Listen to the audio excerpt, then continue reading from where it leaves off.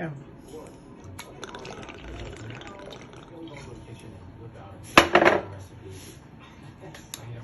Welcome to Joe's Atmosphere. Cook your shrimp, please. All of a sudden, my shrimp pan is burning up like a smoke fest. Okay.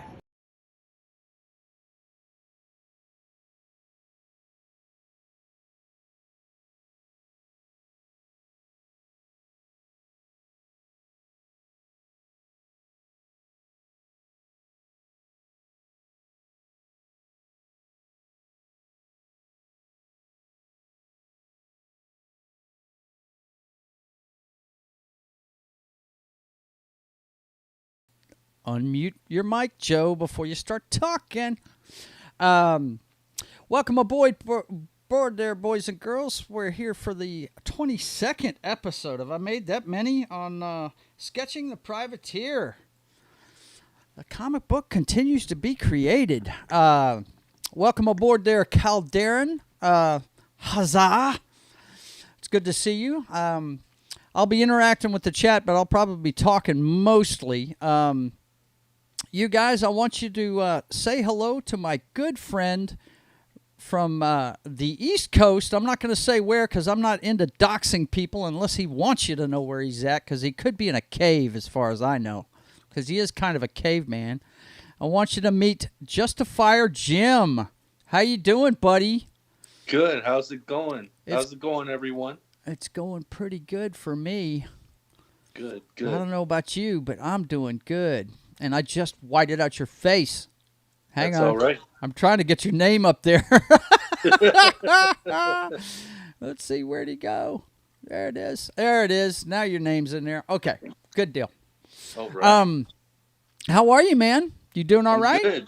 Yeah, everything's good. How about you? Well, it's going good, man. Going good. You know, I'm staying busy with the comic books and stuff. And Wonderful. you know all about the Privateer and his story and everything, but let the folks know a little bit about yourself, and then we'll talk about how we met and our little journey in comic books. All right. Well, my name is Jim, or on here, Justifier Jim.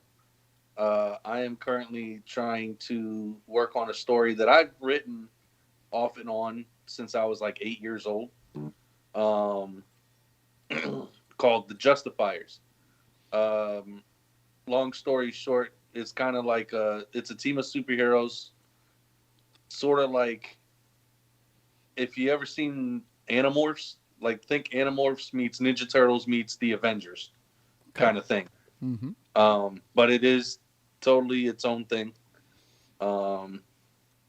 And just trying to have some fun with that and see where I can go with it. Yeah. Now, Jim and I met playing a game called DC Universe Online. And as you guys know from watching these episodes here, I actually wrote the story of the Privateer way before I started playing that game. It was actually going to be a movie treatment, because I've always loved movies. And it was just about a pirate during the American Revolution. Because you know me, I'm a big patriotic guy and a big Revolutionary War nut and all that good stuff. So, but when DC Universe came out, I didn't know much about DC, and Jimmy can tell you this about me. I'm a Marvel guy. I'm a big Spider-Man dude. So that and the X-Men is what I know most about. And when I started playing DCUO, I did it just because it was the only superhero game out there for a console player. Now, what was the one that Travis used to play that he learned all about these games from? I think it was either City of Heroes or Champions Online. I think it was City of Heroes. Yeah. 'Cause the guy that was our league leader, it was a league called Mythology, and this kid, I say kid because he was back then. He's in his 30s now, but he was like 22 or 23 when I met him, and he knew more about these games. I swear, man, the younger generation, even your generation, Jimmy, blow me away how much you guys know about this stuff, because I'm just like, I'm just now getting exposed to it. But we had a great league, and I think, was it the Memorial Day one of 12 that I met you? No, I think it was just a regular old, y'all wanted to do a bounty run, and I just happened to be in the area. Yep. Hey, Bobby, how you doing, darling? My daughter Bobby Joe's in there. Hello. Yep. I don't know, Bobby, if you haven't noticed, you've got a wrench next to your name in the chat because you are an admin. Every member of my family has the ability to kick people out for being buttheads, so take advantage. I know you like putting people in their place. So, but now tell me again, when was it that it was just a bounty run? I'm pretty sure I'm pretty sure it was just a random bounty run. Yeah. And I just happened to be there, and you were like, "Hey, this guy keeps tagging along. Let's get him." Mm-hmm. And you invited me into the group. We, did the bounties that were there at the time. Yep. And y'all invited me to the league, and the rest is history. Bobby says, "Woohoo, power!" That's right. But anyway, yeah, he and I have played that game together for about a decade. We had a good long run in mythology, and Chad R says, "Hey Joe." Oh yeah, okay, that's Bobby's guy. Megan Helgeson. Oh, look at this, my whole family's showing up. That's awesome. My cousin. Hey, how you doing? You want power, Megan? Okay, I'll give you some. Hang on a second. There you go. You've got power now. My family members always get power. That's right. But anyway, we've played this game together for about 10 years. And I'm not playing as much anymore because, and not because I don't love it. It's still my favorite video game. It's just, you see what I got going on behind me now and on the big screen here. Yeah, we're getting, we've been talking about it for a long time. And this guy, folks, has been the guy cracking the whip on me for years to do this. So yes, I mean, even when we were in mythology together, we had I forget the name of the web. I think it was on Engine. We used to write epics based on our characters from DCUO. And let me tell you, this guy right here, Mr. JoesAtmosfere, he wrote some of the best parts of the epic. Ooh, I'm glad you mentioned that. I forgot all about that. Yeah, you guys are going to see some of that in the book. I'm not going to involve the mythology characters, right? Mainly because of respect for them. And Jimmy, you'll understand what I'm talking about. I don't want to use other people's characters and, take money out of their pockets. If the comic book does take off, then I will be talking to all of them, and he already knows this, about putting them in the books. And Jimmy's doing his own thing. So if I end up doing work with Jimmy, it'll be a crossover type situation. But there's some things I want to mention to you, too, about ways to put your story out there. Let's see. Back when we were in mythology, we had a website, and we did an open writing role play.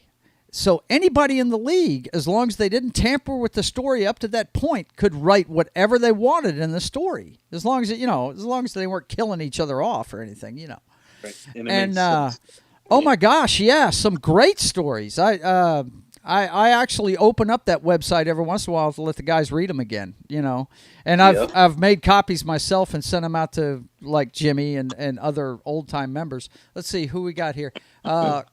Calderon says, Jimmy knows me in real life. Thanks for the Juggernaut figure with it looks like some kind of smiley face. You should be able to see it in the chat there. Let's see. Oh yeah, Chad says can't wait for the books. Yeah, I can't wait either, man. I'm really now. Let me ask you this, not to get off topic. We'll get back to the stories we wrote, but how do you feel about this, Jimmy? It seems to be the trend these days to go with the graphic novel format. Even Ripa, his first book is 96 pages. Right. It's a beginning to end story. I mean, there might be some, kind of like the Marvel universe. He might have some cliffhanger little side notes, but from what I understand, it's a beginning to end story. I've always loved the 20-page rag with ads, man. I've always enjoyed that format, and that's what I'm leaning towards. But do you think that I should go for the Netflix binge model type of thing and go for the big story, or? I mean, this is how I see it. I count myself among the binge watchers.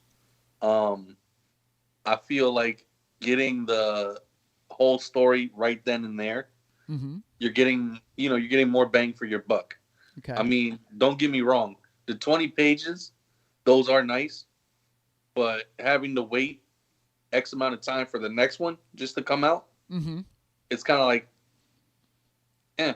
Yeah. Like, some people aren't that patient, and especially what I've noticed now, a lot of the younger crowd, their attention span doesn't, hold the same Mm-hmm. as it did, when, some of the older generation.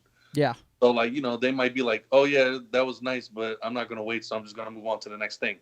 Yeah. So it might be worth it to explore both options, Mm-hmm. but ultimately, I think you're going to get your best bang for your buck with the graphic novel Yeah. Yeah. format. Yeah, that's why I was asking, because, I mean, I've seen it go both ways, and most of the creators I'm seeing on, and let's talk about it. I don't know how much you know about it, but I've been exploring ways to get the book out there. There's Substack, there's Indiegogo. These are Substack is one that's just straight up digital. It's a paywall set up to you pay a subscription for that person. That's why it's called Substack. A lot of the biggies from the older guys from Marvel and DC are on Substack. Okay. Well, I mean, we can talk about this too. There's a lot of how do I say this? Woke stuff in comic books now. The younger generation has been entrenched into it, and they're inputting their politics in the comic books now. It's kind of turning a lot of people off. And it's run some of the old school guys out of the two biggies. And they're going to places like Subscribestar and Indiegogo to get their stuff out there. And they run what's called campaigns. They'll set up a goal for certain days, and they crowdfund it, kind of. I saw a disturbing story the other day about wasn't GoFundMe. What was that? A Kickstarter. Kickstarter is one that they use, and it's a crowdfunding thing. What they'll do is they'll start a campaign. They'll have, the work's already done, but they haven't published it. And the way they fund the publishing is they'll get on Kickstarter or Indiegogo and start a campaign. It's like a pre-order system where they get the funds front-loaded. Then they use those funds to print and get it out to people, right? And saw a disturbing thing the other day about Kickstarter. They have fake Kickstarter campaign. What guys are doing is they're mirroring Indiegogo stuff onto Kickstarter, and it's not the people that are doing the publishing. It's people stealing it and putting it up as their own thing. Right? Wow. Yeah. Clownfish TV did a story on it the other day.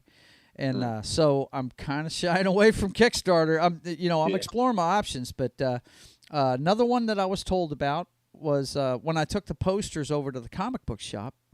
Chris was telling me that some of the guys are getting on Patreon, putting up a page or two at a time, putting it behind that paywall to fund publishing the book.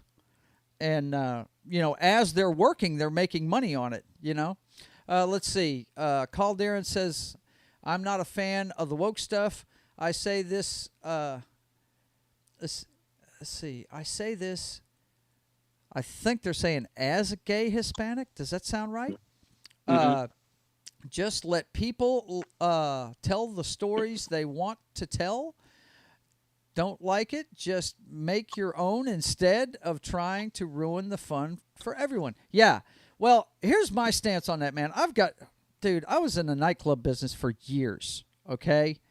And I've got, how many gay friends I have? I mean, I've got no problem with it. It's when you're throwing it in my face 24/7 and making a big point. That's the whole mission of your character. That's Right. just That's silly. Or or like for me, where, and again, I have friends and stuff that are gay Hmm. and everything, but when you take a character that's been there since the beginning and all of a sudden decide to change that kind of aspect of them, Right.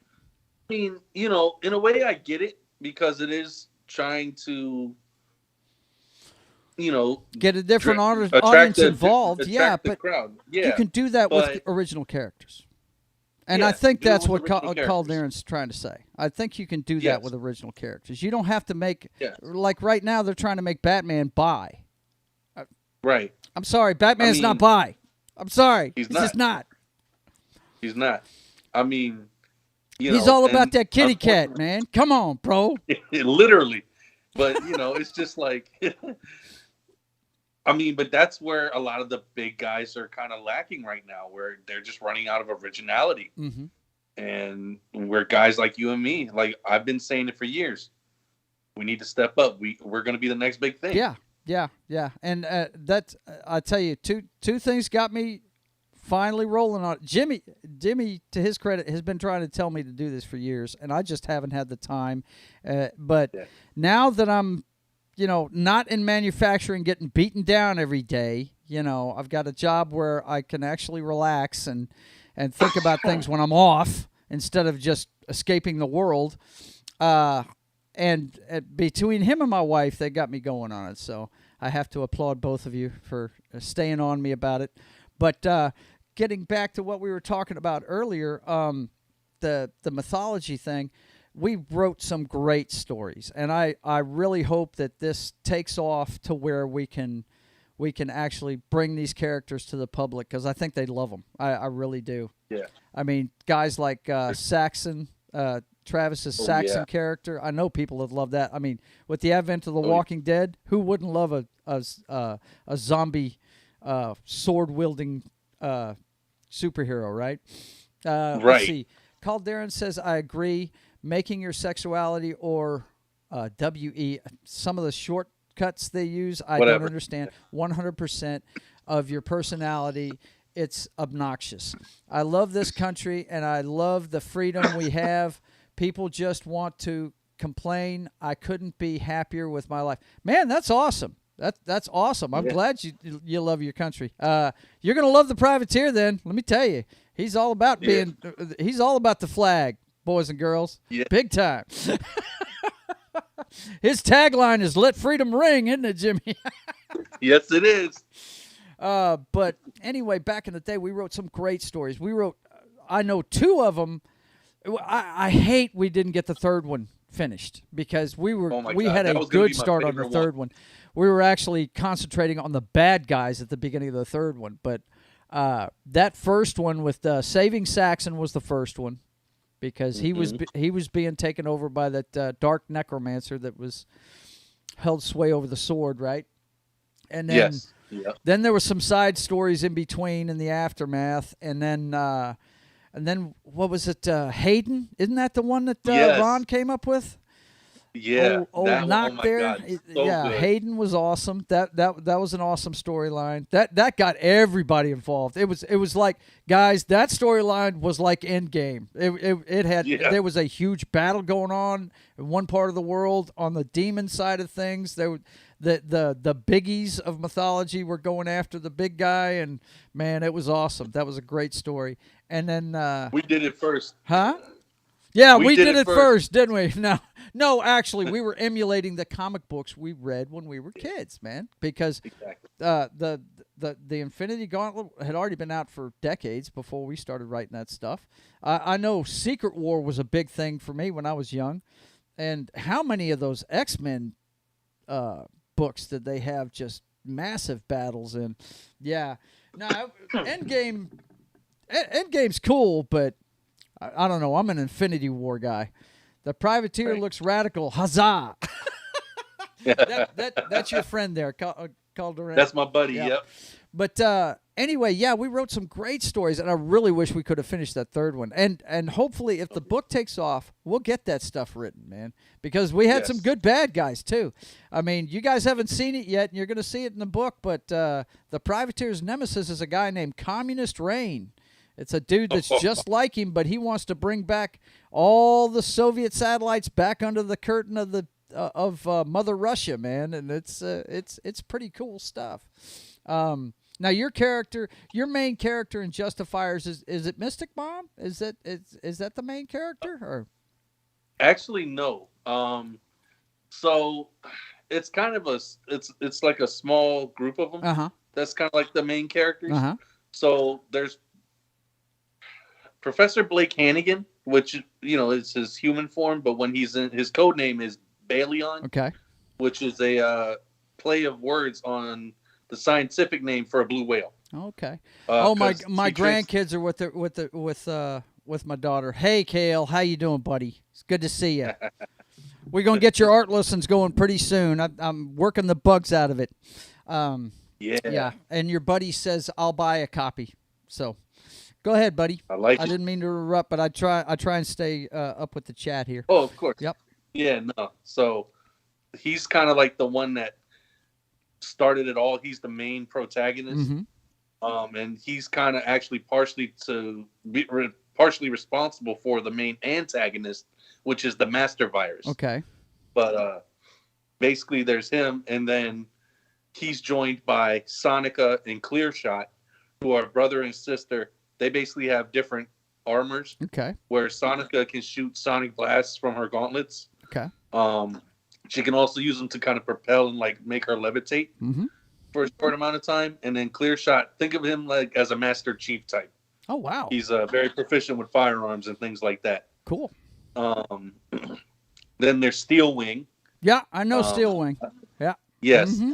Yep. So he's a like a bird humanoid type. Okay. Where his wings are as hard as steel. Okay. Basically, he can use them offensively or defensively. Okay. And then there's Southpaw, who is a cheetah with super speed and super senses. Wow. So there's and of course, how can I forget Frost Knight? Aha. Frost Knight is so Shane Garrett inherited an amulet that his parents, who were archaeologists, found out in England on a dig. And they gave it to him as a gift. Well, little did they realize that it taps into Sir Garrick, who is the original owner of the amulet, who was bestowed upon him powers from Merlin of ice. So he can transform into an elemental armor knighted person with ice powers called Frost Knight. Wow. Cool. Yeah. That sounds cool, man. It all sounds cool. Sounds like I need to start putting my foot in your ass. But correct me if I'm wrong. You lean more towards the writing part, not the art, like I do, right? Correct. Because I can't even draw a straight line. The reason why I mentioned that is I want you to take a look at what Razor Fist is doing. Okay, he's doing these fantasy novels, but they're illustrated. If you understand what I'm saying, it's a novel format, but kind of like if you've ever seen J.R.R. Tolkien's old work with the maps in it and different drawings of different things. Razor Fist's fantasy novels are like that. They've got great artwork that he commissions out to people, but he writes the story. You know what I mean? And it's just illustrated like I want to say it's every 4 or 5 pages or so, something like that. Okay. I just wanted to bring that to your attention because I didn't know, you can always go the comic book route and have somebody, draw it up for you. But right. if you want to get it started, that could be a way to do it, man. Let's see. Your friend Calderon says, bring in a villain called the Regressor, who's a parody of all that SJW stuff. Basically, Portland, Oregon in a single person. Oh, my. That's jacked up. You go, Calderon. Calderon's on fire, man. Wow. Yeah. Are you seeing the chat over there? Are you seeing it? I am not actually. Okay. Well, you'll have to play with it and see if you can get it up. That's why I'm reading it for you. You don't have to do that right now. I'm just letting you know. And it's not, by the way, guys, this is not going to be Jimmy's last time on the show. I'm trying to have him on as much as possible so we can talk comics and all that good stuff. Yes. It's more fun to have somebody to talk to instead of just watching me draw. And I'm not going to do much sketching today because we're having Jimmy on for the first time. I want you to meet him. And here in a few minutes, when we're done yakking, we're going to look at some of the stuff coming out of San Diego Comic-Con. And I'm also going to show you, I'm going to show Jimmy the rundown for GeekCon here August 19th through the 21st, because I've sent Jimmy several things in the past from Comic-Cons we have here. He's a big Power Rangers nut. And what was the last thing I sent you? I believe the Black Ranger one? Yes, it was a signed autograph from Johnny Young Bosch, who played Adam in Mighty Morphin Power Rangers Season 2, Black Ranger, Power Rangers Zeo Green, and Power Rangers Turbo Green for the first half of the season. Yep. So... You just cemented your nerd cred right there, bro. I mean, I don't even know any of what you were just talking about right there.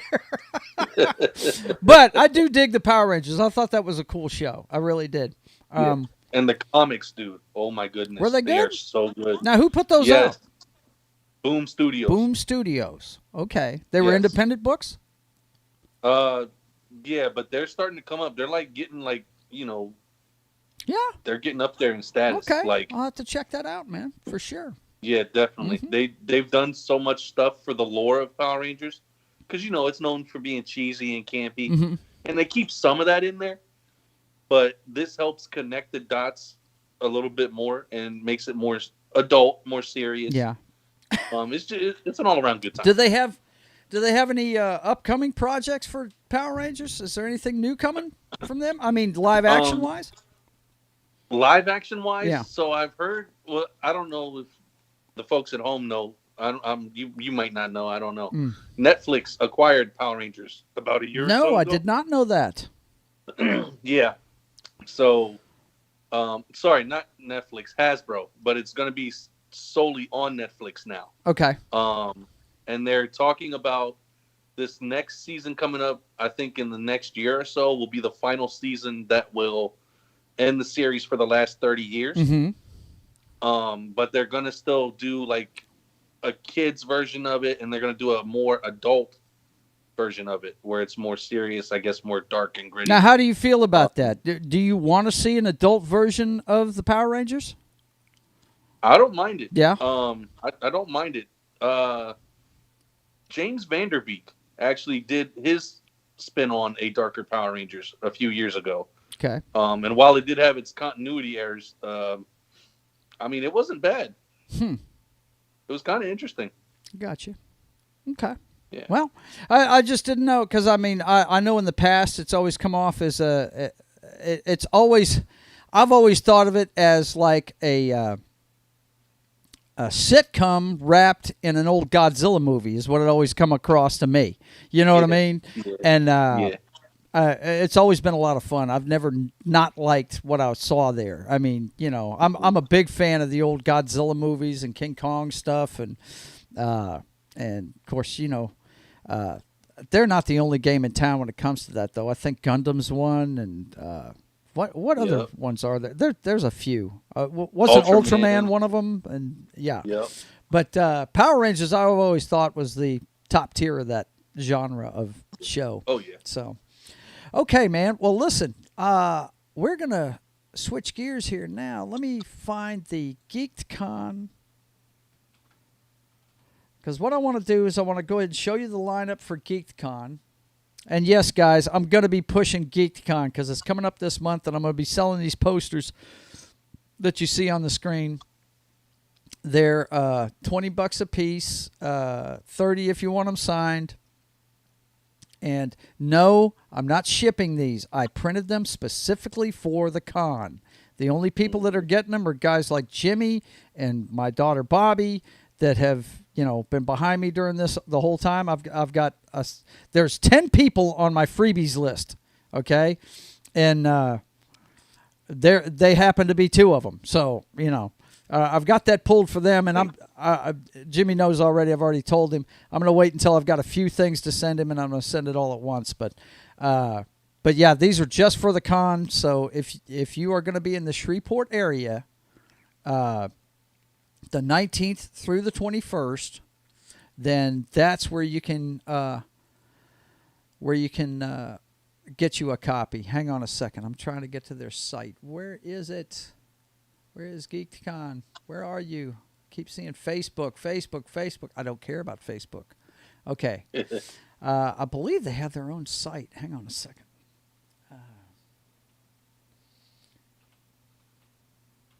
Bear with me.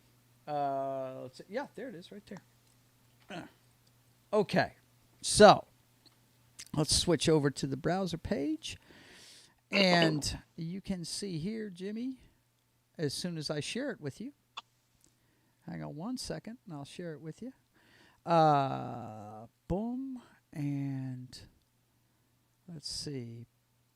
Boom, and boom. I think I did that right. Could be wrong. Switch screen or window. Let's go to that one right there. I believe that's what we want. GeekCon. Yeah, there we go. Okay. Can you see that on your phone, man? Yes. Okay. Do you see the young man in Matthew. the glasses and the beard there, the goatee? Okay. I do. This is the GeekCon website, guys. They have their own website. It's GeekDo. Well, hang on. Let me see if I can drop this in the chat. I should be able to drop in the chat. Hang on. Okay. Anyway, I don't have the chat up. I'll drop it in there in a minute, guys. Right now, I gotta get on something else. Let's see. What do we got here? Boy Braver. They do have a Power Rangers versus Godzilla comic book series. Really? That's right. How did could I not know forget that. about that? They just recently released that. Wow. Yep. Okay. Cool. Yep. All right. So anyway, this is the website, and let's go to the lineup. Current lineup. All right. Now, the headliner is this fella here, Matthew Lillard. Actually, Jimmy, the headliners for this show are the entire cast of Scream, the male cast of Scream, basically. The first Scream movie. Wow. Of course, anybody that's... Spoilers, if you haven't seen Scream, this guy and the next guy are the killers in Scream. Of course, you see him here as Shaggy. But Matthew Lillard's going to be there. And also his compatriot, his partner in crime from Scream, Skeet Ulrich's going to be there. And... the guy that gave us the rules for horror movies in Scream, Jamie Kennedy, is going to be there as well. That's what I know these guys from. They've probably been in a bunch of other stuff, but I always remember from the Scream movies. You've got Natasha Henrich is going to be there from what is it? Species? Those old alien type Species movies. That's what this picture's from. So. Yeah, got that. Clint Howard's going to be there. Of course, that's Ron Howard's brother. He's an old school fantasy character guy. If you're into The Walking Dead, Jerry's going to be there. Cooper Andrews. My wife will definitely be getting his. And then another Walking Dead character, Pollyanna McIntosh, the leader of the Trash People. She's going to be there. Dog the Bounty Hunter, if you're into reality series, he's going to be there.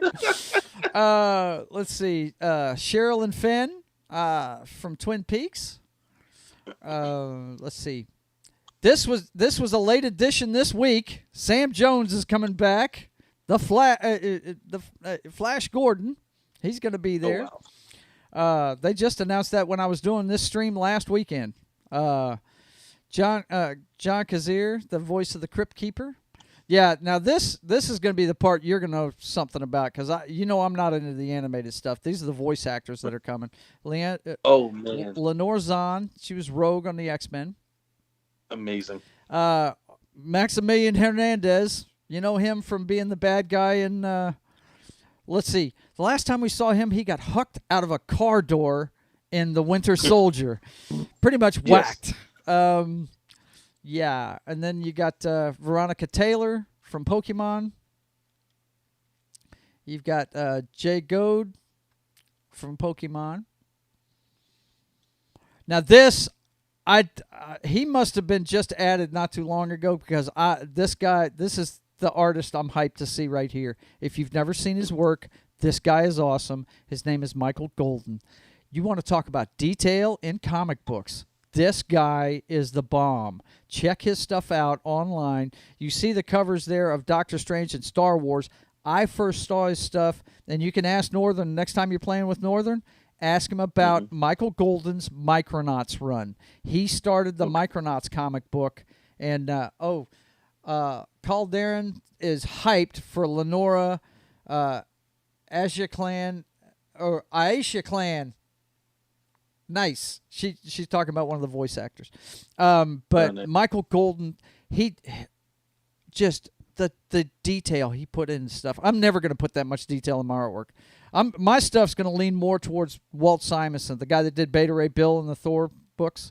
That's what mine's going to look like. Way over exaggerated and stuff like that. But let's see. Wow, Veronica Taylor too. Nice. Yeah, your friend there is obviously into the animated scene. Oh yeah, he is. But anyway, he did 2 books that I remember. The Micronauts, they did a lot of toy crossovers in the early 80s, and one of them was Rom the Space Knight. That one was awesome. Sal Buscema Jr. worked on that one, and it was great. And Micronauts. Micronauts, they were like tiny little soldiers that had spaceships and stuff. Very cool shit. Anyway, he did the comic book run on that, and he did his own book called The Nam. It was one of the few war books that I ever read. It was about Vietnam, and the detail he put into that stuff was awesome, man. It was really good. But anyway, I'm sorry I got off on a tangent there because I love the artist, man. He's great.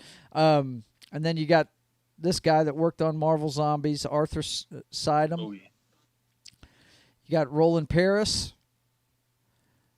And I don't know those artists too well. Or this guy, Brian Stewart. Apparently he did some work on Kiss and some other things. Renee Whitstetter. I don't know if she's an inker or what. I'd have to look into it. But you guys can go to the website and see. Brian Silverax.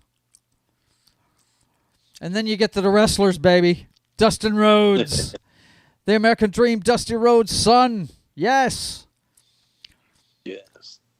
Darby Allin. Now, the Royal Fox is in love with Darby Allin. She loves her some Darby Allin, man. And then you got Danhausen. But anyway, that's the lineup, man. They've got a ton of great looking stuff there. And that's the 19th through the 21st. And here in a minute, matter of fact, let me do that right now. I can do it as soon as I switch screens. Hang on one second. I'll put us back up on screen, and I'll drop that link in the chat. Hang on. There you go, guys. You can go there to check it out. It's GeekCon 2022, August 19th through the 21st. Just hit that link, and you'll be able to go to the site and see what's going on with that. Now we got to check out some stuff that's coming out of San Diego. And I know you can see this stuff, but I haven't put it on the screen yet, Jimmy. Is there anything you're particularly excited about seeing at the Comic-Con? Everything, really. I hear you. Well, is there anything now that lineup for Shreveport? Is there anything in there you're interested in getting that I need to worry about getting for you? I gotta think about that one. Okay. Well, just look at the site and let me know. Got you. Are you coming on Appreciate tomorrow it. or no? I'm drawing tomorrow. So if you Oh, if yeah. you want to come on Yeah. tomorrow, you can talk to the folks and monitor the chat for me if you want to. Okay. Let's see. Okay. Let's see. I've got it all set up in my library here. Now, these are reviews. We're going to look at some of the trailers from the Comic-Con, boys and girls. Some of the new stuff coming out. And remember, this is all stuff from Friday. I don't have anything from Saturday yet, so we're not going to get into that till tomorrow. But and we'll probably do it near the end of the show tomorrow. But hang on one second. Let me make sure I've got doing this kind of on the fly. Jimmy and I talked about doing this, but I didn't practice or anything, so you guys are going to have to bear with me. I'm doing all the production side of stuff here. Desktop. Okay, it's already muted. Cool. All right, let me pop this up.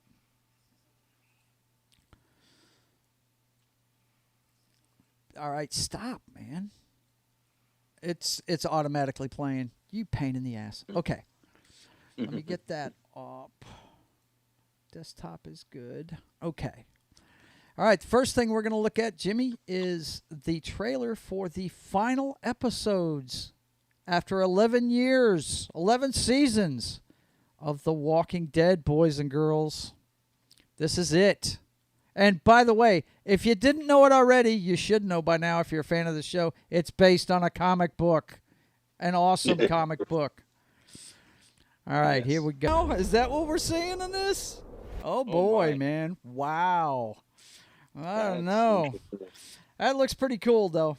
I'm liking the way that looks. I've been watching it the whole time because you know my wife is addicted. She is, but Yes. they kind of lost me when Rick was gone. You know. Yeah. So Yeah. because he's always been my guy. So you know. Mm-hmm. Okay, the next one we got to look at.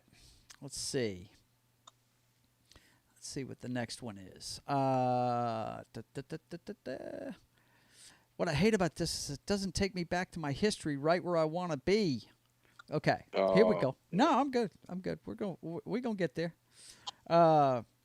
Now, this next one, a lot of hardcore fans of this material are a little upset by it. Hang on. I'm fixing to start her up. Let's see what we got here. The chat says, call Darren's. Okay.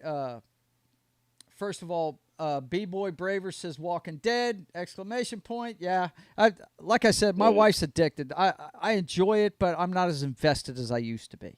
Everybody I know has bailed off of that show at some point. But I know I'm totally caught up because my wife, look, if you call my house between 9 Central and between 8 and 9 Central, she's not answering the phone. Matter of fact, she might answer pissed and tell you to fuck off because she is watching The Walking Dead. And then Calderon says, I love Mercer. Yeah, Mercer is the guy in the orange armor that I was mentioning. He's my favorite. Yeah, he's pretty cool. AMC's creative liberties with the series kind of drew me out of it. Oh, yeah. The fact that they don't follow the comic books verbatim is, I think, what Calderon's talking about. Yeah, they do change it. But to me, that's a good thing. You know, you don't want it to be as predictable as the comic book. You know what I mean? It's kind of like, here's my thought on it, Jimmy, and you tell me what you think. It's kind of like what they did with the first 4 phases of, the first 3 phases of Marvel. They used the comic books as an outline, kind of, and then, actually, in my opinion, those first 3 phases they enhanced the stories because I really thought that the way that they presented the stories in the movies were actually better than the way they did it in the comic books. They were just improving on what the outline they had. For instance, a lot of people don't know this, guys. Tony Stark is a B character in the comic books. Okay, he is not the linchpin he is in the Marvel universe, no doubt about it. But, and it was funny when they first cast him. I said perfect casting, but they're starting with Iron Man. What? me and my brother were just laughing about it because I was a Spider-Man guy and he was a Hulk guy, and we both know that but they put a lot into his character. First of all, it was perfect casting because Robert Downey Jr. didn't have to act. Tony Stark is a friggin' addict and a millionaire playboy, right? And he's totally arrogant prick, right? Which that was Downey Jr. when he was younger. I mean, he's in recovery now and everything, but when he was a younger, dude, right before he got to work on that movie for Marvel, he was living out of his car almost because he had messed up so bad, So, but how do you feel about that? What do you think about the way they use these stories and then they change them up for the theatrical stuff? Well, at first, when I first saw all that stuff, I used to be one of those people that was like, oh, that's not right. That's not comic book accurate, which, to some degree I've learned. Comics, things that happen in the comics don't always transfer well over to live action, for whatever reason. Mm-hmm. So I feel like in some ways it does enhance the story. Mm-hmm. In other ways, I feel like it does detriment the story. Yeah. Like, I don't know if you've watched Miss Marvel. Yeah, I saw Disney Plus. Yeah, I saw it. Yeah, I'm not going to give any spoilers away, but I feel like they kind of did that character a disservice, in a way. Like, it was still good. It was still a good series, but the way that if they're going the route I think they are, like, I feel like they kind of did the character a disservice. Okay. Yeah, and do you like the comic book version of the character? Well, I do like that version. By the way, just not to cut you off or anything, but my thoughts on that show, it's the best thing Marvel's put out so far, which is, I mean, that I haven't liked much of what they put out. It's just been, it's like they're throwing things at the wall and seeing what sticks. And wow, I really didn't like what they did to the Kingpin and Hawkeye. Wow, I didn't like that. Yeah, I didn't like that. Yeah, I didn't like that. That was silly, man. But anyway, go ahead. What you're saying about Ms. Marvel? Go ahead. Yeah, I mean, like, it does show promise, and I think it will open up doors to get the fans what they're looking to see. Yeah. Coming out of this next phase. Yeah. But I don't know. Like, I kind of like what they did with her powers. Mm-hmm. As opposed to what her powers are in the comic. Yeah. That is kind of cool, but it threw me off for a minute. Yeah. Well, but yeah, I don't know exactly why they did that. I've heard rumor it was because I don't know. I heard rumor that she had not really clear on how she gets her powers in the comic book, but are they magical? So in the comic book, she's an Inhuman, I thought. Okay. From like, she was an Inhuman. She was introduced to the Terrigen Mist. I had heard something to do with, it had something to do with they were magical, and that doesn't go over well in the part of the country, or excuse me, part of the world where that character's supposed to be from. Okay. The Persian influence of it, they weren't going to like that too much. You know what I'm saying? Let's see. Yeah. Boy Braver says Jeffrey Dean Morgan is amazing as Negan. Well, yeah, we knew that already. Yes. But to wrap this up about comic books changing when they change medias, about the only thing I haven't liked, I thought they really improved on the Infinity War as far as the premise. I think them focusing on Thanos in that movie makes it the second best one that they put out in my mind. It's like the Empire Strikes Back of the Marvel Universe. It's a fantastic movie. It's my favorite Avengers movie for sure. But my favorite movie out of all of them is The Winter Soldier. And it's just the subject matter, them having to deal with vets and all that other stuff. I just love it. But the one thing I didn't like about it, and I understood why they did it, because Robert Downey Jr. is such a great presence when he's on screen. And I think they really miss him right now. I wouldn't be surprised if they throw a bunch of money to try and get him back. But you know as well as I do, being an old comic book man, he was not the guy behind the Avengers. No. That was Ant-Man. right? Yeah. That's the guy that Michael Douglas is playing in the movies now, right?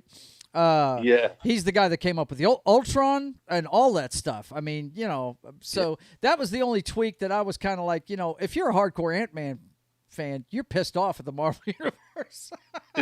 But Ant-Man was never a really big character either. He was pretty much synonymous with the Avengers. And I thought that was kind of funny, that they didn't have him in there like that. But they put all of Hank Pym's stuff on Tony Stark and made, they added that to his character, which was a good move in the long run, if you ask me.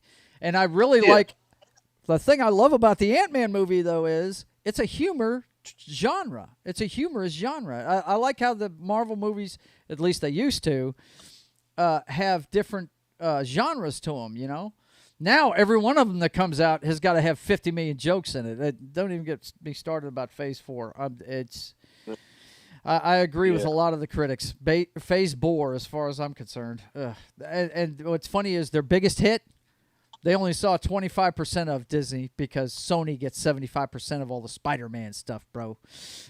Yep. No Way Home was their biggest hit, and Sony got all the money for it.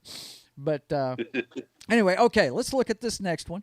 How long can you go, man? We're at the 1 hour mark. Are you good for a little bit, or?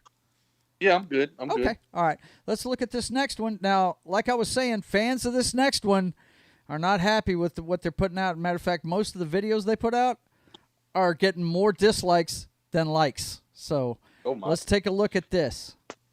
It's coming from Amazon Prime. It's the Rings of Power. Tolkien. Now, to be clear, they have the rights to the appendices to the books. They don't even have rights to any of the books. And where they're placing the story is in a place called the Second Age. It takes place between the Silmarillion and the Lord of the Rings saga. And a lot of the hardcore fans aren't hip to this because they've put some of the inclusive stuff in here, and they've changed, And one thing they've put in here is what they call Harfoots. And apparently in the Second Age, hobbits weren't around. And so they've put this race called Harfoots in there, which are basically hobbits. Okay, so anyway, let's continue. We don't want to talk about Sauron, man. No. He should not be named. Yeah, apparently we're going to see the rise of Sauron in this. What it has to do with is the forging of the Rings of Power. The beginning of the first movie where they say how all the different races got all these rings. We're going to see how it happened. Okay. Yeah, that's what this is supposed to be about. And a lot of the hardcore fans aren't happy with this, man. Me personally, I'm going to give it a chance because, first of all, we're going to have Amazon Prime because my wife gets it just for the free shipping, so it's not going to cost me a dime to watch this. But, as you can see, the production value looks great.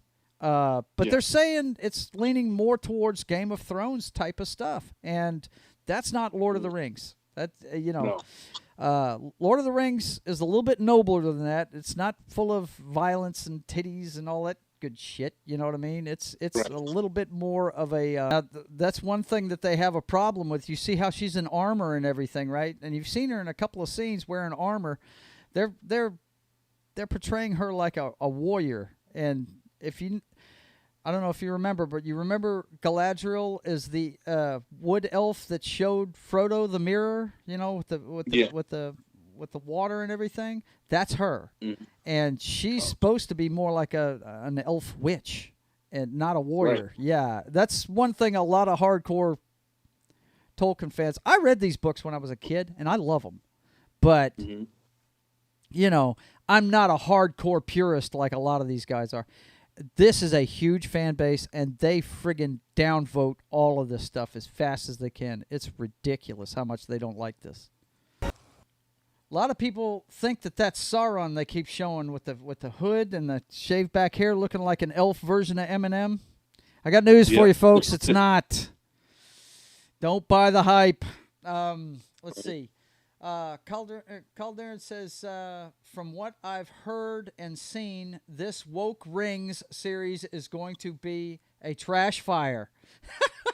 Yeah. It's inclusivity over story and defies canon. It's worrying. Yes, I'm not saying I'm not worried. That's not what I'm saying. If it goes the way of Game of Thrones, which Game of Thrones has a appendices coming out too. They've got a prequel coming out. But Lord of the Rings is not Game of Thrones. If they're going to lean towards the Game of Thrones thing, I'm going to be out pretty quick. You know. But they do throw. It looks neat. It looks neat. I'm going to give it a chance. But yeah, there's a lot of people. I watch Friday Night Tights every Friday religiously. I love Gary from Nerdrotic, and I love the Geeks and Gamers crew. And Gary from Nerdrotic is one of these guys that's a Tolkien purist, don't mess with my Lord of the Rings kind of guy. And he has done several videos on this. Go look him up, dude, and watch him. He breaks it down for you why this is going to be a problem. You know what I mean? So let's see. I think we got time for one more today. Actually, we're going to do two more. We're going to do some DC. DC has shown up. They were saying they weren't going to be at Comic-Con this year, but they have shown up this year, and they've put out a couple of trailers so far. And let's watch the first one. One I'm excited about. The other one, not so much. Hang on one second. Let me pause. I've got to mute the desktop while I get this set up because I think it's in the middle of the video. And, of course, they have ads at the beginning of it.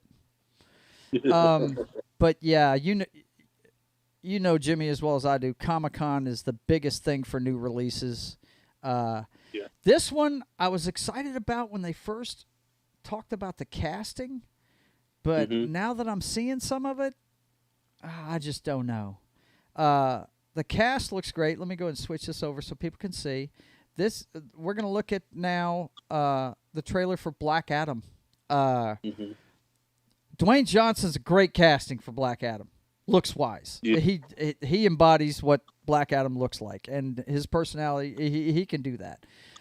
The other piece of casting I dig is Pierce Brosnan is playing Dr. Fate in this, bro.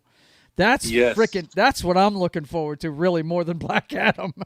Me too. Like the Justice Society as a whole, we're finally getting. I mean, we've had live action versions of them before. Yeah. But we're finally getting a movie version. Of the Justice Society. Yeah. And I feel like it's long overdue. They are one of my favorite DC teams. Really? See, he knows a lot more about DC than I do, folks. I learned everything I know about DC from playing DC Universe Online, which is a good place to learn. They all their DLC content is from the comic books, so you can actually learn a lot playing that game. But let's take a look at Black Adam. Okay, now educate me, sir. What they're saying there is the death of his son.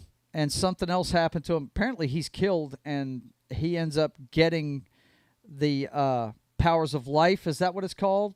Whatever the Shazam powers are. Tell me a little bit about that. What? So the version that I'm used to, is I don't know what the stipulations of it were, but he was actually the first person to receive the powers of Shazam. Okay. The wizard found him worthy because at the time, and this was during ancient Egypt. Okay. He was the world's protector at the time. Mm-hmm. But then something happened where I don't know if it's his wife died or his son died or they both died. And he went mad with the power. And he was like, you know what? I should rule you instead of protect you. Yeah. And I know at one point, in the comics, the wizard actually trapped him. They pulled a Superman 4, I think, or Superman 3, I can't remember, forgive me. Okay. Where he basically trapped him in a bubble and threw him on the other side of the universe. Wow. And then he made it back. He traveled all the way back here and made it to like modern day. Okay. Well, what they present in DC Universe Online is that he's kind of like Venom. You don't know which way he's going to go. But the main thing that focuses him in that story anyway that we have in DC is he just wants to bring his wife back. And Yeah. what's that magician's name that keeps punking him? Felix Faust. Trying to steal his powers. Yeah, Felix Faust. So anyway, let's continue and see some more of this. The visuals look great, man. He looks fantastic as Black Adam. He really does. Yeah. I mean, I know everybody's got Dwayne Johnson fatigue, but this is kind of like the Iron Man casting. I don't think they could do it any better than that. He really looks like him. You know? Yeah. That's when we're getting that one. That's good. Yep. So what do you think of that one, man? I'm excited for it. Yeah. Now, that part that just popped up, where Black Adam hit Hawkman with the lightning. Yeah. Was I the only one that first thought was fried chicken? I'm just saying. No. I would think fried turkey with a wingspan like that, bro. But, heck. That's true.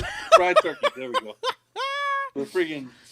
But no, seriously, though, like, it looks so good. Like I said, I'm so excited to see a movie version of the Justice Society. Mm-hmm. Black Adam was a part of that as well. Okay.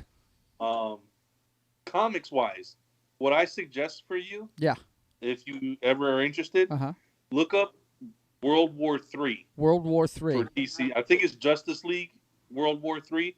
Basically, Black Adam goes. It's their version of Deadpool kills the Marvel Universe. Really? Okay. Like, only it's Black Adam doing it. Nuts. Okay. Yeah. Calderon says, I love Dwayne Johnson. Well, hey, he's tailor-made for that role right there. I'm telling you, when we first found out, must have been at least 4 or 5 years ago that they've been working on this. We found out a long time ago that he was going to be cast as Black Adam, and we were like, oh, yeah, that's perfect. I mean, if you look at all the visuals in the DC Universe Online game, he's awesome. Go from this to this. Hang on 1 second. I got to mute my thing while this ad runs. God blast it. YouTube, I love you, YouTube, but damn, these ads, you're killing me. Okay. This one, I'm looking more forward to than the other one. And I just saw it today. I think it was released today. I'm not sure. But Part 2 is upon us. I think it's called Fury of the Gods, Shazam 2. And I dig the guy that's playing him. And let's drink this in. All right. Oh, wait. I forgot. I had the desktop muted. I got to turn it back on for people. Okay, here we go, guys. I have always loved that right there where he jumps off the roof and yells Shazam and flies off. That is badass, man. And I barely know anything about this character, but I do know this. This guy has been around as long as Superman. What comic book company was it that they bought him from?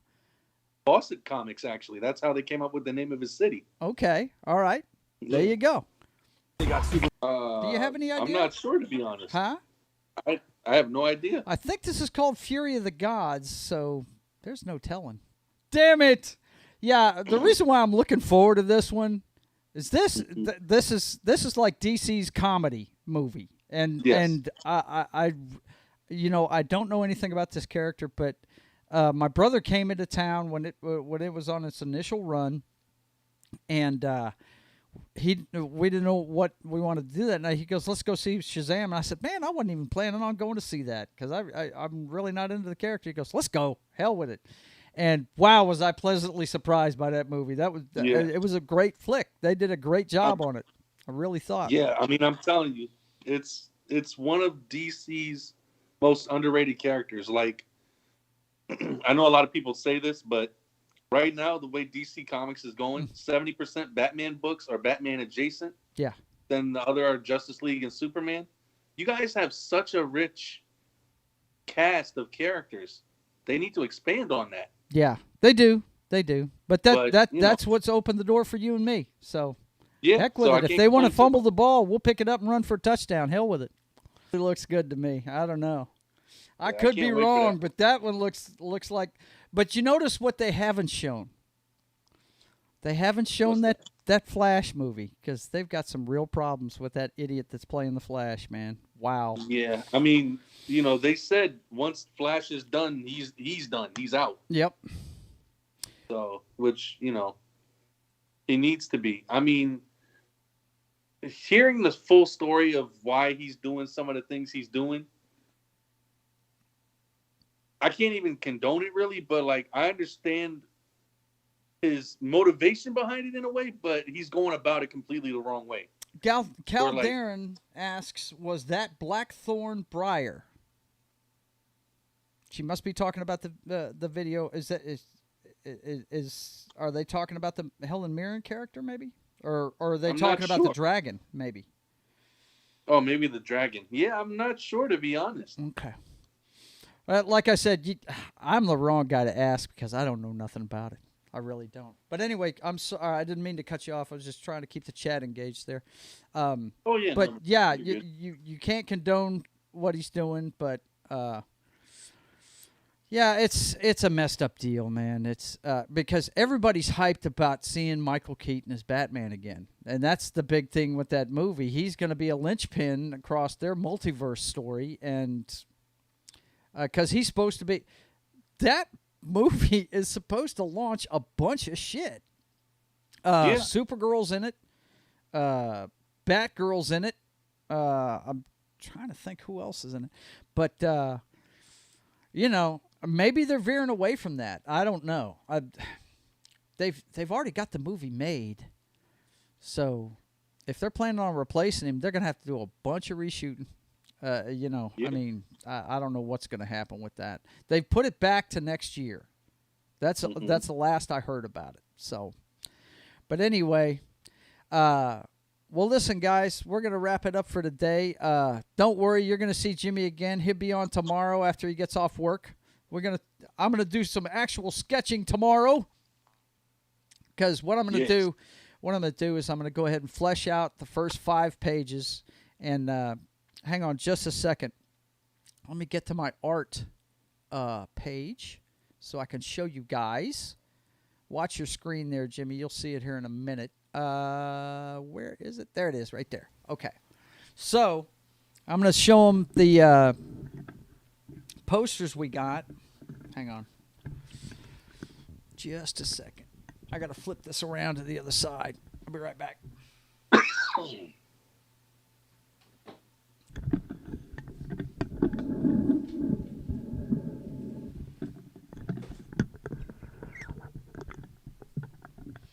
So yeah, I just want to say thank you for all the newcomers checking us out on this channel. Okay. Cal Darren, B-Boy Beaver, I appreciate you guys. Yeah, so do I. You guys, thank you for showing up. Thank you, Jimmy's friends of Justifer Jim. Yeah, just keep watching this guy, y'all. His story, it's gonna be the next big thing. I'm telling you. It's that good. Now, just to let you guys know, this was the first artwork I did, and I did it specifically for the Comic-Con. Is why I did these. Okay. The first one I did was this one because my wife is the Royal Fox. The entire Patriot team, which that's an anagram for the Preemptive Action, Tactical Response, Offensive Intelligence Team, better known as Patriot. Okay. They work for the United Planets. You're going to find out all this stuff in the book. But anyway, all the members of that team are based on members of my family. And this one is the wife of the privateer, the Royal Fox. And I did this one first because I wanted to make sure I got the work done for her because she's the one that's got the booth at the Comic-Con coming up next month. So we're going to sell these at that booth, but I wanted to make sure her stuff was done because it has to do with her Mardi Gras stuff. She's going to cosplay as this character again, Jimmy, at the during Mardi Gras season next January and February, I think. Yeah, the beginning of next year. Yep. Awesome. So yeah. During the ball season and everything for Mardi Gras. Mardi Gras at the end of the winter really kicks off. But anyway, that's the Royal Fox. And then you have the Privateers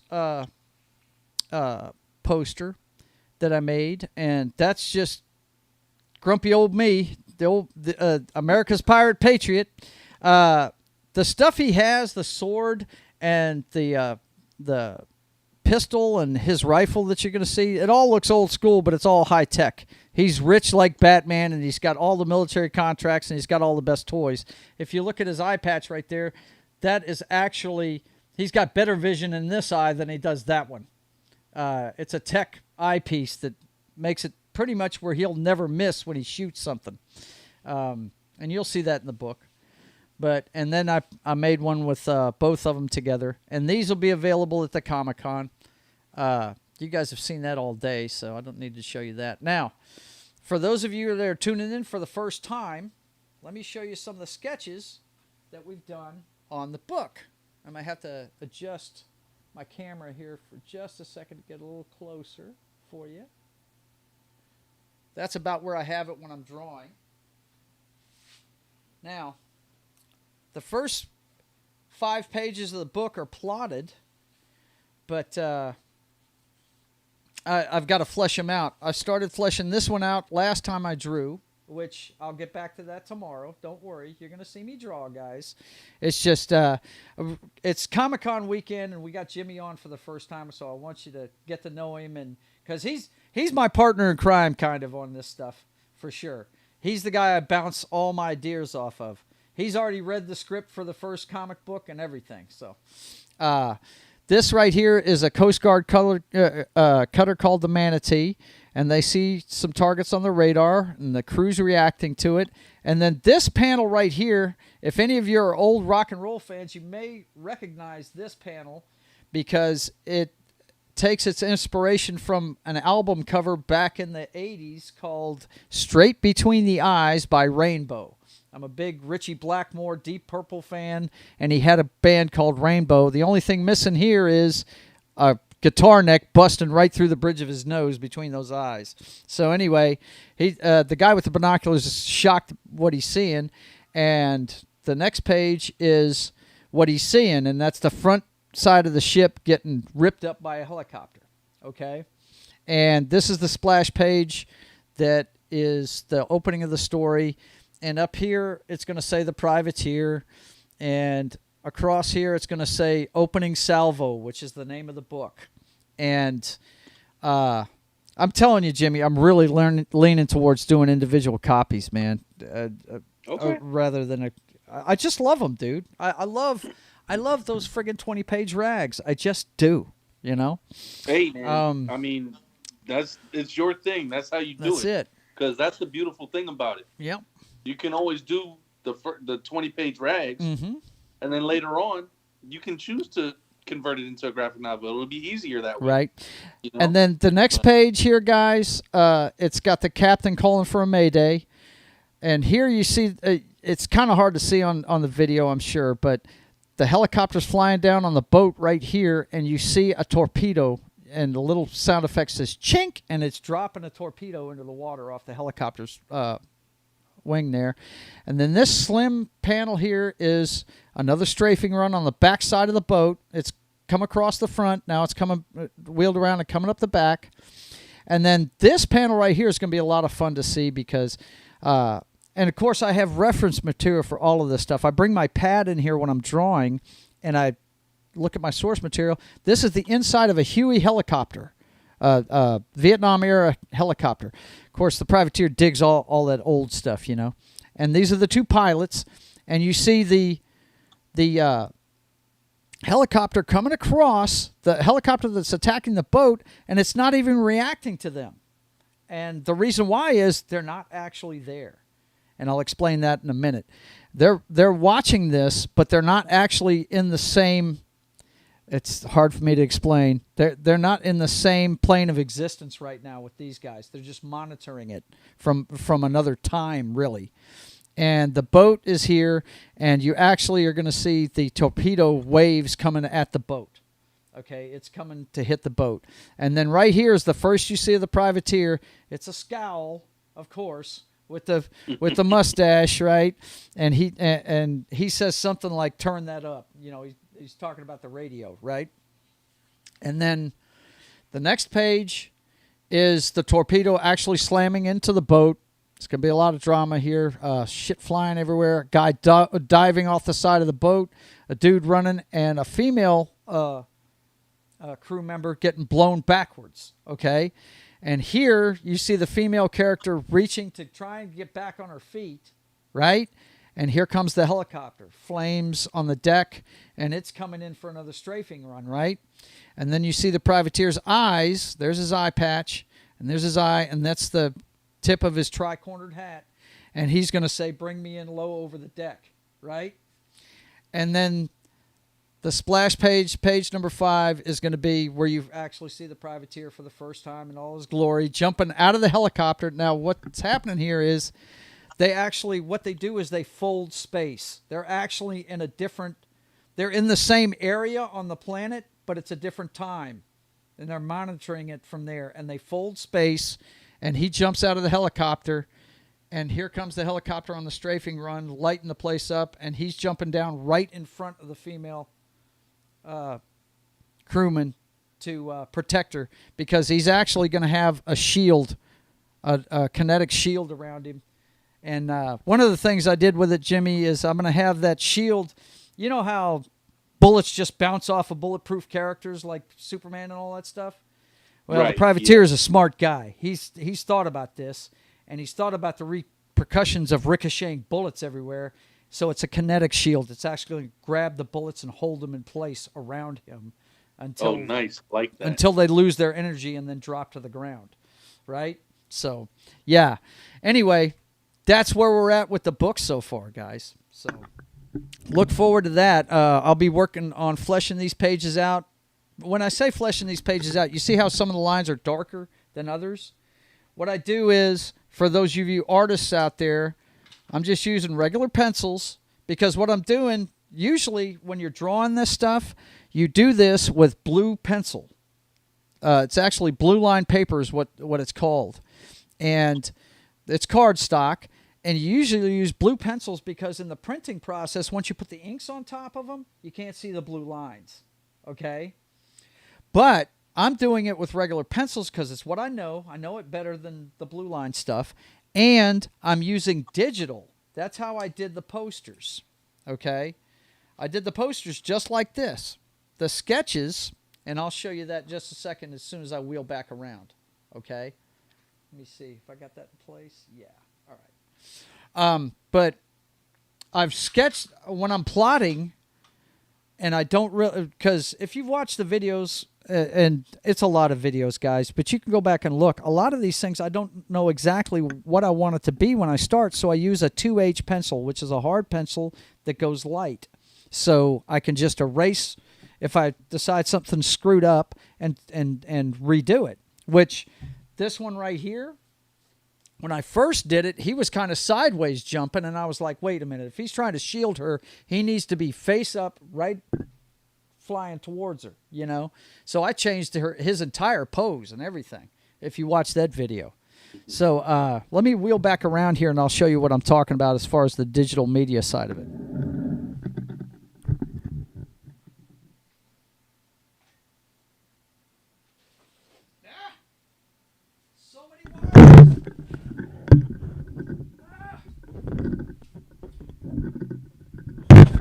I'm being attacked by my microphone. My channel is under attack, as the Portinger would say. All right. So when I'm talking about the digital side of things, the reason why I'm doing it in pencil, the way I did these is, let me see. Let me pull it up real quick. I will leave it there for just a second while I set this up. I actually have a folder with all these pictures in it. Streaming pics, comic book. Here we are. Okay, now. Jimmy? Yes, sir. Are you going to be over tomorrow? Or are you going to be able to show up with us tomorrow? Or? I think I should be. Yeah. I mean, dude, look, if you can't make it, that's fine. I know you like this stuff, and I want to do what you did for me. I want to push you into the Justifiers, get you kickstarted, man. And talking about it will get your juices flowing, trust me, because when I started this channel, that's when I started doing this. I started off just playing video games on Twitch, but then I said, you know what? I need to go ahead and get this thing started. But anyway, hang on one second. Okay. Yeah. Oh, good. It's showing up right where I want those to show up. Okay. I think I did this on another stream. Okay. And then we come over here to browser. And, okay, this is what you got here. You probably can't see it on your screen. You might be able to. Let me see if I can switch it for you real quick. Hang on. Okay. Yeah.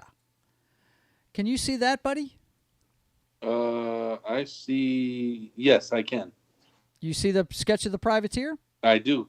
Okay, fantastic. Fantastic. Because sometimes when I switch screens on my brother, it messes his up and he can't see nothing. But this was actually the pencil sketch of that piece of art you just saw, the portrait of the Privateer. And what's funny is, you see this eyeball right here? Mm-hmm. That was I actually gave an art lesson during my stream. A guy was wanting some tips on how to draw a face, and I said, well, let me show you an easy one. And I showed him how to draw an eyeball and make it look realistic, you know. That's some of the fun I have during this thing, you know. And I'm really glad you want to be involved because, you know, sometimes I get drawn and I'm not talking. And I know it bores the hell out of some people. So let's see. Yeah, we don't have anything new in the chat. But anyway, these are some of the sketches I did. That's the portrait of the Royal Fox. And what I'm doing is I'm using a program called Procreate on the iPad. My daughter Amanda got me into it, and she does a lot of artwork on it. And what I do is I take pictures just like this, and I put that in there as a layer, and then I draw over it digitally. The thing I'm so scared about, and you know, I've never done this before. This is the first comic book I'm actually working on to completion. I mean, the guy that you saw me in the pictures with at the comic book shop, Mark, that is one of my oldest and dearest friends. He actually sells comics for Chris, the owner, over at Excalibur, the big comic book shop in town. And I drew some of my first comic books at his house, spending the night. Carl Kolchak, the Night Stalker. It was a big show when we were kids. And I remember specifically a panel I drew where he got knocked backwards, I think, by a vampire into a banister, and the wood was blown up and thrown everywhere. But when I took him that poster and signed it for him, he was more excited than I was, man. He was like, he was like, I told him, I said, man, you know, it's a great day. He said, yeah, it makes it real, dude. You're actually holding something that you friggin' published. This is fucking great, you know? Yeah. So, yeah. He was more excited than I was, I'm telling you. But anyway, these are the sketches I did, and what I do is I clean them up a little bit using different apps, and then I like, this is 3 or 4 layers. There's actually a layer with just her hands. Ooh. Okay, so that I could put that green mystical looking stuff behind them and then put the hands on top of it, right? Mm-hmm. Then you got the layer with her, and then you got the bubbles behind her and the background color. There's about 5 layers to this thing. Oh, wow. When you look at it digitally, yeah. And that's how I developed all these pictures. So that's how I'm planning on doing the entire comic book. It really eases my mind about not messing up the sketches, and that's what I'm worried about the most. Right. You know, right. Because I know I can sketch like a motherfucker. I know I can do that. But doing the ink side of it, that's the new thing to me. And my daughter Amanda, she God love her, she gave me a way to do it to where I won't mess it up. So there you go.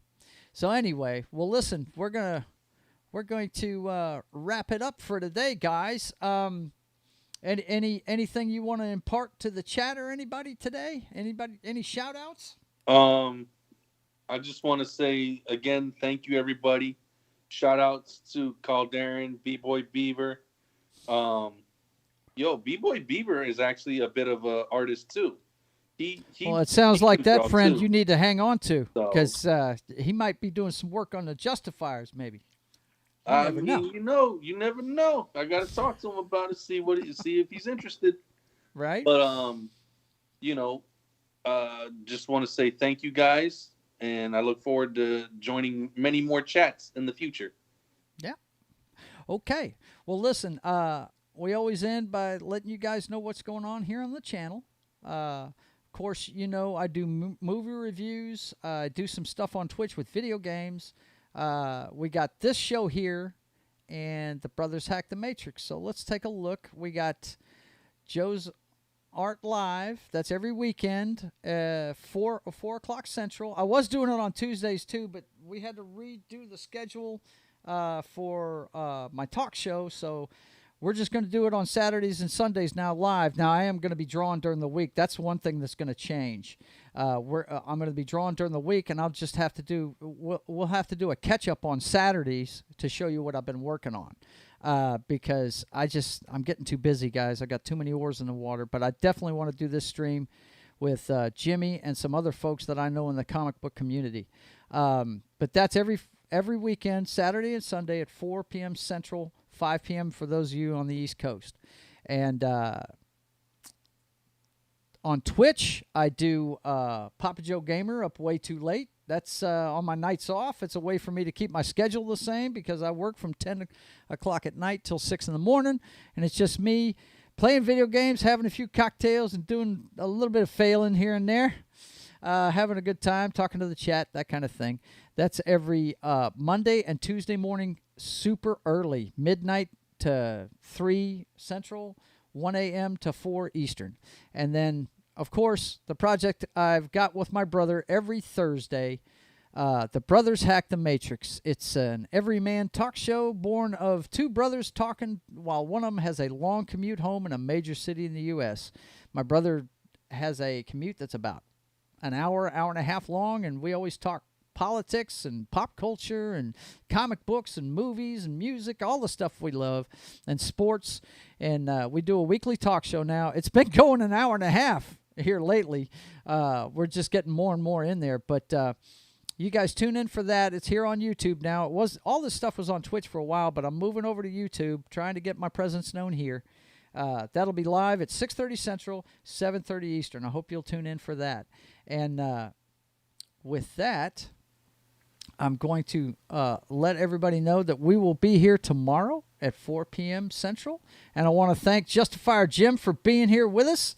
I appreciate you, my brother. And I look forward to all the stuff that both of us are going to get going. Yes, sir. Thank you for having me. No problem. No problem at all. Listen, you guys, you be good. And until we see you again, you guys keep on keeping on.